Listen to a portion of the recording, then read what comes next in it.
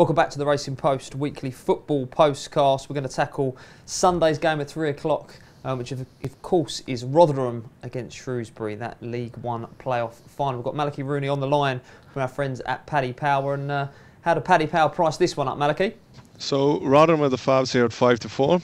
The draw in 90 minutes is 21-10, and Shrewsbury are also 21-10. And then Rotherham are 8-13 to get promoted, with Shrewsbury outsiders at 6-5. And where would you be placing your hard-earned in this one? I've actually tried to look up a lot of stats and stuff for this, and I saw an interesting one that, you know, despite it being a League One playoff final, and you would think it'd be quite cagey, 8 of the last 13 League One playoff finals have seen over 2.5 goals, and 6 of those games have seen over 3.5 goals, which surprised me when I saw it. I wouldn't have thought that. That being said, from the little I have seen of the two teams, I wouldn't massively get stuck into the overs here. I know it's a bit of a cliche of so much being at stake, but I think this is a game where I'd probably prefer to wait and see how the first 10-15 minutes goes before I got involved. That being said, if I was to have a bet, I think I'd go for the tie to be decided by a penalty shootout at 5-1 would be what I'd be backing. OK, Malachy, fancying it to go all the way. Right, Rotherham, Shrewsbury, third against fourth. Dan, how do we see it? Yeah, I'm actually edging towards a similar opinion. Originally, the prices have actually moved for this game. Originally, Rotherham were a shade of odds on to win this, to win promotion. I mean, now it's gone to 8-13. I'm not so sure I'd be backing them at that price. What do we think caused that move, other than what are the reasons? I mean, some of the arguments I was looking at myself and what I fancied a shade of odds against. I think Shrewsbury had the easiest semi-final. I think Charlton were a little bit of an up and down team this season. They'd even lost 3 of the last 6 games in the running. So I think that was a slightly easier semi-final for Shrewsbury. Rotherham against Scunthorpe. Scunthorpe went into that game under Nick Dawes. They were undefeated in 8, so they were on a very good run, Scunthorpe. So I did feel that Rotherham and how strong they were finishing the season. The last 26 games they got 53 points, which would normally put you in that kind of level of taking points. More than 2 points a game would normally put you in automatic contention. So I did fancy Rotherham, but you know, again, you have to look at the prices, and once it's gone to 8-13, I think it will be a tight game. I mean, Shrewsbury don't concede many goals. They've kept 2 clean sheets in the semi-final against the Charlton team that is quite good going forward. That's their strength. So I think it will be tight. I agree with Malachy, and I think the draw 21-10, the game to go to extra time, that looks the best of the prices to me. And Mark, Shrewsbury's position in the league was probably wholly due to what a magnificent start to the season they had. Yeah, it was. I mean, they were like 66-1, weren't they, at the start? I had a bit of stick because I've written a few times that they wouldn't get promotion, and now they are, on the verge of it. I think they're being maybe slightly underrated for this game. Initially, like Dan, I did fancy Rotherham, but the move towards them, I think the draw is probably the one to be on here. I mean, Shrewsbury defensively, absolutely brilliant. Henderson, the goalkeeper, on loan from Manchester United, I think is above League One standing. There's no doubt about that. Paul Hurst has got them really well organised. They play a very tight, 4. It's like a 4-1-4-1 formation. They keep the ball pretty well as well. Don't have that much of a goal threat. That would be my concern. If they get behind, I do wonder where Shrewsbury can come back into the game. But they have been to Wembley already once this season. They lost that Football League Trophy final to Lincoln. But I think that can stand them in good stead. They're not there as tourists now. It's just a game. I've seen Rotherham a few times as well. Volks has impressed me quite a lot. I know he can play centre-back or in midfield. But I do think that they've got less of an attacking threat now that Kiefer Moore has departed. He scored a lot of goals for them in the first part of the season, then was sold to Barnsley. He was on loan at the time at Rotherham. So I think Shrewsbury will fancy their chances of nullifying Rotherham. Wouldn't be surprised if Rotherham went up, because I think they have got the extra quality, but they may need extra time or penalties. So yeah, the 90-minute draw for me as well. So draw for you, Dan, just to recap. Yeah, 90-minute draw as well, yeah. Draw, and Malachy, well, fancying it to go the distance there as well. Right, we've of course got the League Two playoff final to come, the other side of this. And it's bought. That's why at Paddy Power, we paid the big bucks for the best tech nerds in the world to develop our new, fastest ever app. Download the new app from the App Store or Play Store now. 18+, begambleaware.org. Well, hi and welcome to the Racing Post weekly football postcast. Is of course the bank holiday Monday, the League 2 playoff final on Monday, 3 p.m. kickoff. Joined on the line by Malachy Rooney from our friends at Paddy Power. Malachy, how do Paddy Power see this one going? So Coventry are favourites here, 13-10. The draw is 21-10, and Exeter are 9-4. And then in the to be promoted betting, it's 8-13 for Coventry and 6-5 for Exeter. And what about yourself? It seems to be a lot of similar prices in the playoffs and the Champions League. For me, in this game, I wouldn't have a massive opinion on the match betting. I see Coventry have shortened in just this morning again.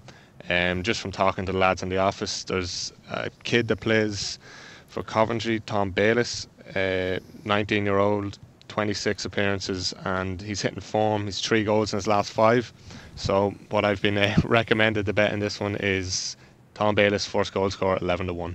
11-1, nice big price. Dan Charles from the Racing Post. Yeah. How do we see this one? You know, I've put Tom Bayliss up for the semi-final, but he scored the last goal for the playoff semi-final. But he is a real talent, and there's quite a few high division scouts been watching him. But I think the match betting is actually wrong here. I don't think there's much to choose between the teams. I mean, Exeter finished 4th in the league. Coventry was 6th. I mean, there was I think 5 points between them at the end of the season, and Exeter have come into, started to play well at the right time, and there's been reasons for that as well. The captain Jordan Moore-Taylor, who was out for a few months in the winter, has come back just at the right time at the end of the season. Played a big part in them. They got a clean sheet at Lincoln in the 0-0 draw in the first leg. Played in that game. Then they beat Lincoln 3-1 at home, which I wasn't surprised at. They also got Ryan Harley, who's one of the best technical players at that level as well. He's come back right at the end of the season. He scored in the second leg as well in the 3-1 win over Lincoln. I think, looking at the teams, I would say they've got the edge. Now, I think one of the main reasons Coventry have been so well backed is people looking at the crowd, and they will have a big advantage in the stands. There's Coventry, a well supported club. I mean, you wouldn't be surprised if there's 40,000 Coventry fans there. Exeter are not going to take anywhere near that level of support. I think that is influencing the betting. Look at Coventry's. I know they won 5-2 on aggregate, but they had got a lot of decisions went their way in the first leg. Penalty that was given to them right at the end of the 1-1 draw at home to Notts County was an appalling decision. In the second leg, there was 2 big offsides that went their way. Notts County's equaliser in the tie was given offside when it wasn't. There was 2 players playing him onside. And then Coventry had gone up the other end and scored a goal to put them 2 ahead that was also should have been offside. So they got a lot of the rubber to green in that tie, and I think they're being overrated.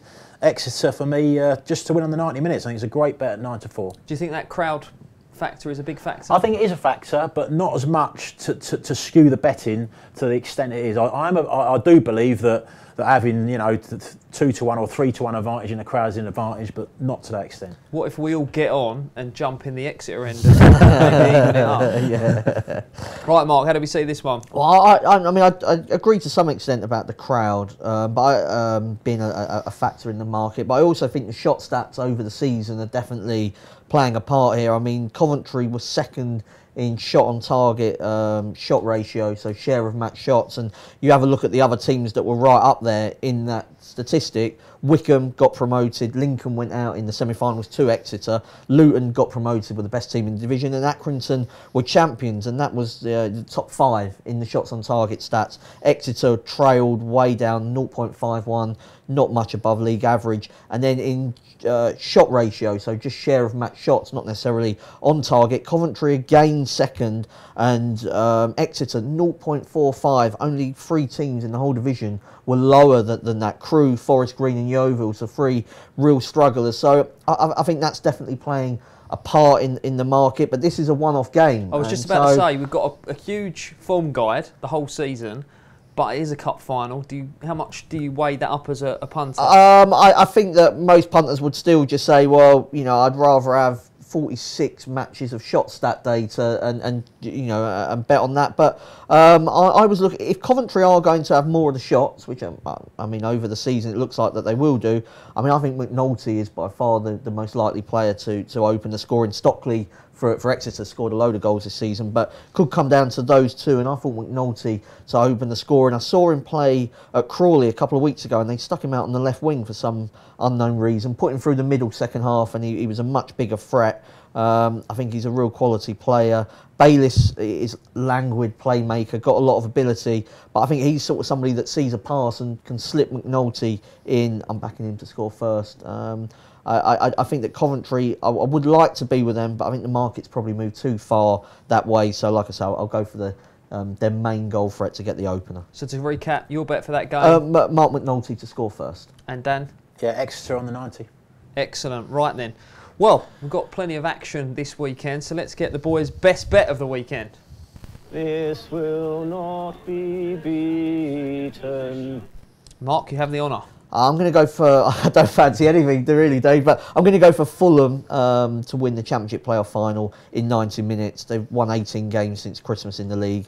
I think they're a class act. If they go up, we'll finish comfortably a clearer relegation next season in the Premier League. OK, so we'll go a tentative pick for Fulham from Mark there. Dan?